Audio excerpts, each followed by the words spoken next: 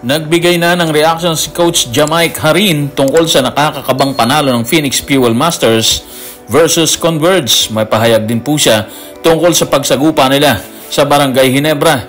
At si Aljon Mariano, kumpirmadong pinalitan na ng Ginebra. Tutukan po natin yan, pero bago yan, hihingi po tayo ng isang subscription sa lahat ng dumadaan sa ating munting channel kung nagugustuhan nyo ang ating palabas.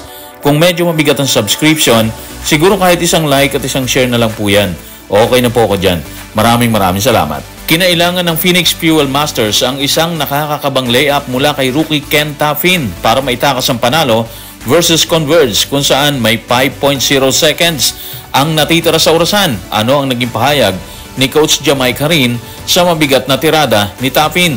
Ito po ang sinabi niya sa report ni Olmin Leyva ng Fieldstar. Ipinapakita lang po nun kung gaano kalaki puso niya. Maraming option at isa doon si Katie kung walang pasa. Buti na lang nakita siya ni Perkins. Nag-scramble sila sa screen kay Williams at buti na lang naibuslo ni Katie.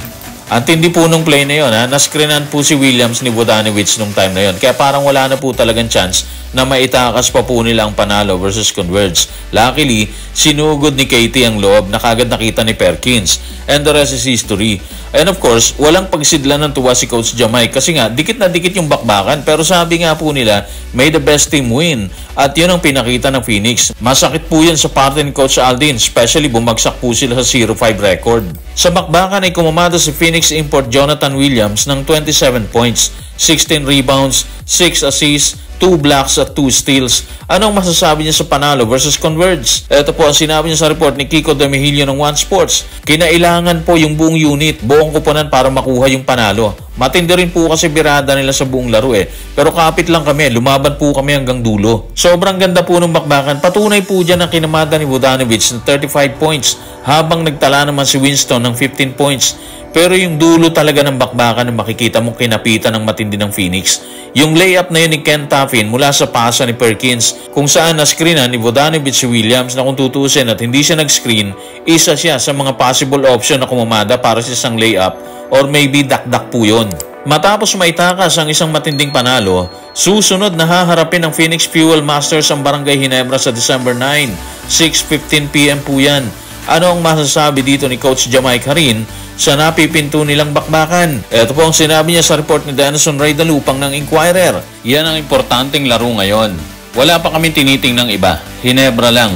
Kaya mag-day off muna kami na ilang araw, mag-recharge, at katulad ng lagi kong sinasabi, i-reset, i-restart, at i-re-establish ang mga sarili. Deserve nila yung pahinga mula sa isang matinding bakbakan. Maganda rin po kasi yung stats nila sa ngayon.